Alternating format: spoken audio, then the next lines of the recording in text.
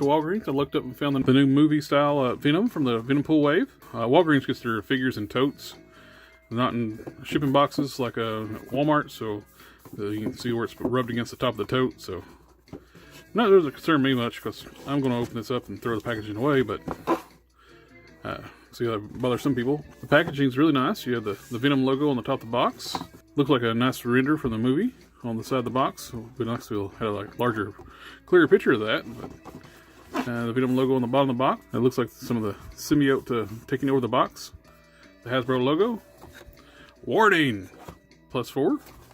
On the back of the box, you get nice photography of the figure inside. You also have the bio in multiple languages. You can pause it here and read the bio. On this figure, it doesn't come with any Build-A-Figure parts, so it doesn't show any of the figures in the Wave. This figure is pretty much a standalone figure from the Wave. So, yeah, let's crack this open and take a closer look. Here with the Venom in the plastic tray, we see he has 2 extra fist hands, an alternate head with a closed mouth. It comes packaged with claw-style hands. Let's get Venom out of the tray and take a closer look.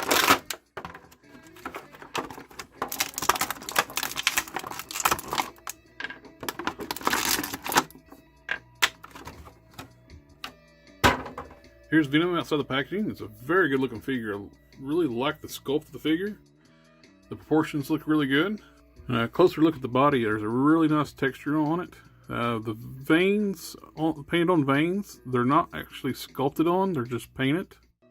There actually are veins sculpted into the mold, but the painted veins don't really line up with those. On a few spots it does, but I kind of wish the vein work was a little more subtly painted instead of being painted white, or been like a grayish tone, or set a different finish in the black, or like they did like on a glossy black would be a kind of neat effect too. The head doesn't have the same texture as the body. It's actually a smoother sculpt. I don't know why they decided to make the head a different texture. Seems like it would have matched. It would look a lot nicer if they actually continued the same texture up onto the heads. Both the heads are the same way. They're a smooth sculpt. Both the claw hands and the fist hands have the veins painted on them. The hands are easy to swap. There's a simple peg system like most modern Marvel Legends. Same with the head. It's just ball peg. The head's on a barbell joint. I wish it really had a disc hinge. Barbell joint on this one's very short, so that's all the range of motion the joint can move.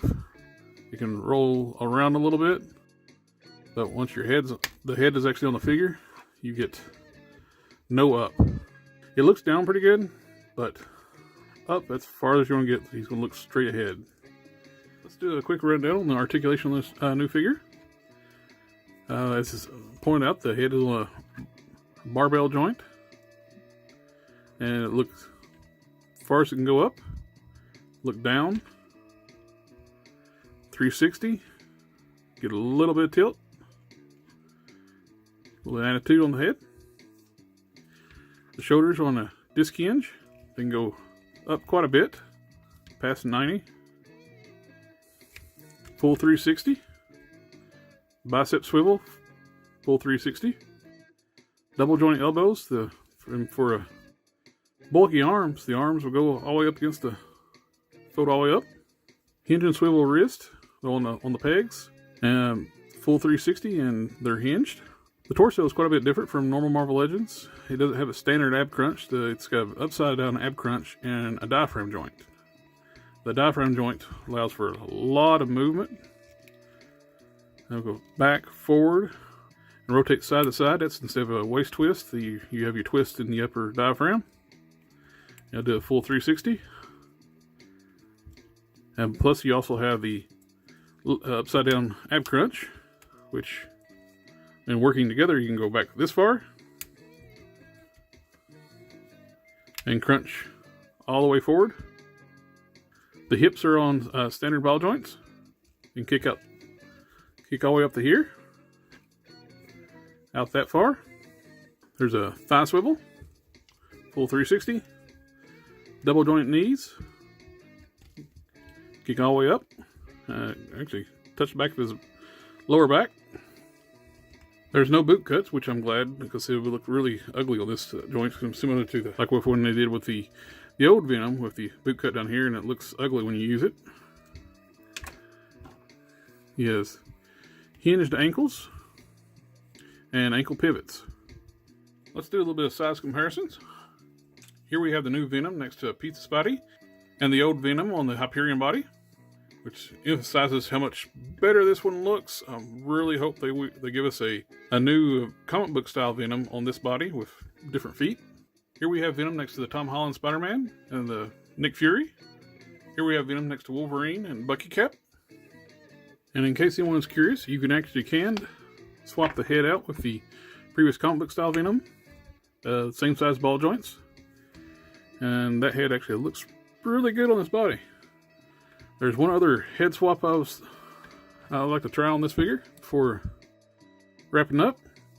And Sabretooth. We so need a better Sabretooth. The Hyperion mode just does not do the character justice. I'm thinking this new body would actually be great for Sabretooth. Let's give this a try.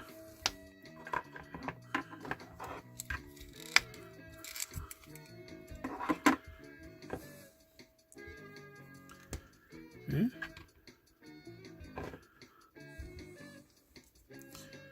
He doesn't have a peg in the back, so I'm just going to rest this on the shoulders just to get an idea.